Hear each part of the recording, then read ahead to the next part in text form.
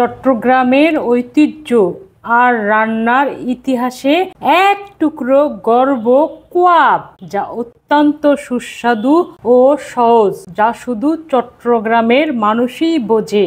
যারা একবার এই কোয়াবের লোভনীয় স্বাদ পেয়েছেন তারা আর কোনোদিন ভুলতে পারেননি। চেষ্টা করেছি চট্টগ্রামের ঐতিহ্যকে তুলে ধরতে।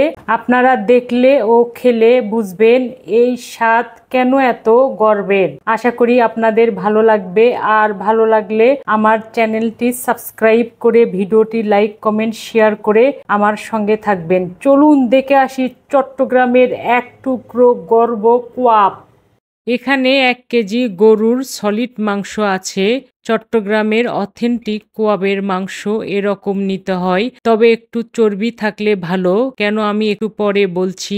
মাংসগুলো আমি একটু বড় করে কেটে নিয়েছি। আপনারা চাইলে আপনাদের পছন্দ মতো যে কোনো শেপে কেটে নিতে পারেন, তবে মাংস একটু বড় করে কাটলে ভালো। বিশেষ করে সিদ্ধ ও ভাজার পরে মাংস একটু ছোট হয়ে যায়। এখন মাংসের মধ্যে একে একে মশলাগুলো দিব। প্রথমে 1 চামচ লবণ দিচ্ছি, যেহেতু মাংসটা ড্রাই হবে ওই জন্য আমি অল্প করে দিলাম, বা পরিমাণ মতো।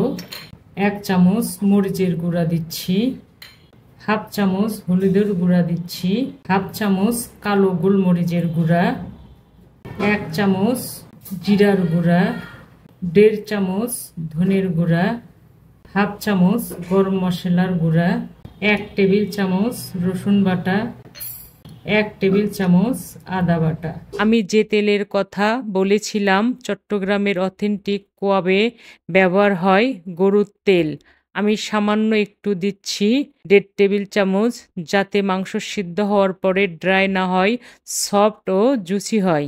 এখন আমি সমস্ত মশলাগুলো মাংসর সঙ্গে ভালোভাবে মেখে নেব। একটু সময় নিয়ে ধৈর্য সহকারে মাখতে হবে। যত ভালো করে মাখবো তত এই রান্না সুস্বাদু হবে, আর মশলাগুলো সুন্দরভাবে মাংসের ভেতরে ঢুকবে। তো আমি একটু সময় নিয়ে ধৈর্য সহকারে মাখবো। মাংস দেখে বুঝতে পারছেন আমি সময় নিয়ে কত সুন্দরভাবে মাংসগুলো মেখে নিয়েছি। মশলাগুলো প্রতিটা মাংসের গায়ে গায়ে সুন্দরভাবে লেগে আছে। যে রান্নার যে বৈশিষ্ট্য তাকে সেইভাবে রান্না করতে হয়। আর মাংস তো এমনিতেই সময় নিয়ে ধৈর্য সহকারে মাখতে হয়, না হলে মাংসের যে কোনো রান্না টেস্ট হয় না। হাত ধুয়ে একটু পানি দেব।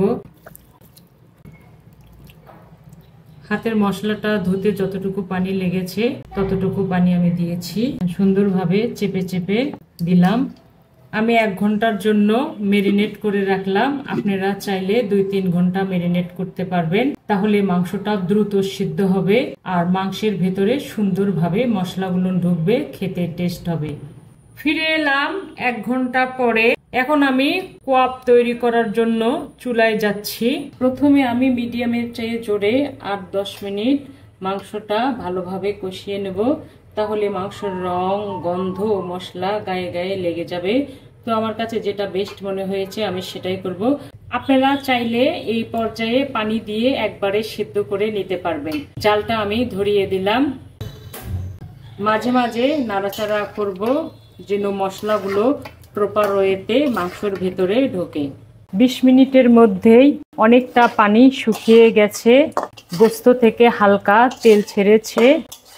এখন আমি মাংসটা পুরোপুরি সিদ্ধ হওয়ার জন্য পরিমাণ মতো গরম পানি দিচ্ছি।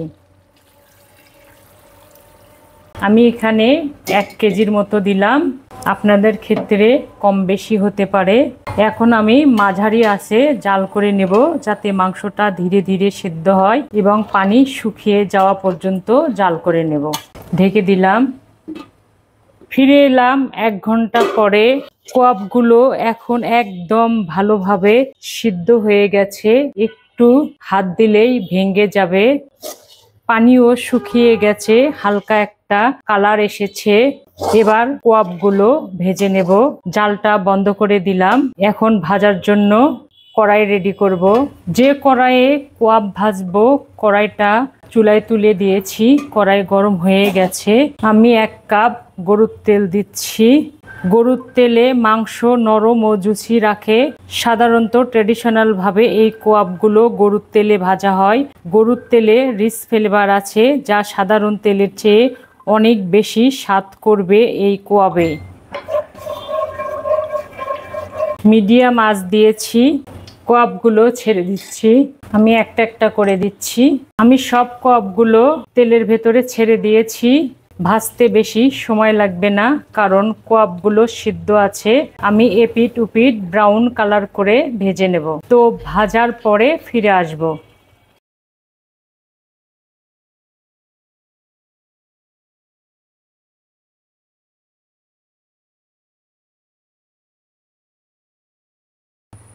ভাজা হয়ে গেছে, জালটা আমি বন্ধ করে দিলাম। আমার 15 মিনিটের মতো সময় লেগেছে এপিট উপিট ব্রাউন কালার করতে। তো ভাজার পরে যা সুন্দর একটা কালার এসেছে, একদম ডার্ক ব্রাউন কালার। আমি এখন থালিতে ঢেলে নিচ্ছি। সবগুলো এভাবে আমি উঠিয়ে নেব। আমি এখন সাজিয়ে নেব।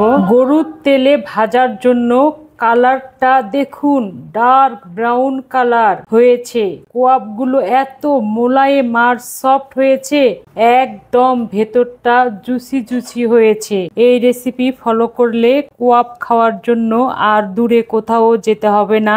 ইনশাল্লাহ ঘরেই পাবেন চট্টগ্রামের ঐতিহ্য আর সেই অতুলনীয় সবেত। আজ এ পর্যন্তই। ইনশাল্লাহ আবার দেখা হবে নতুন কোনো রেসিপি নিয়ে। ভালো খান, সুস্থ থাকুন। আল্লাহ হাফেজ।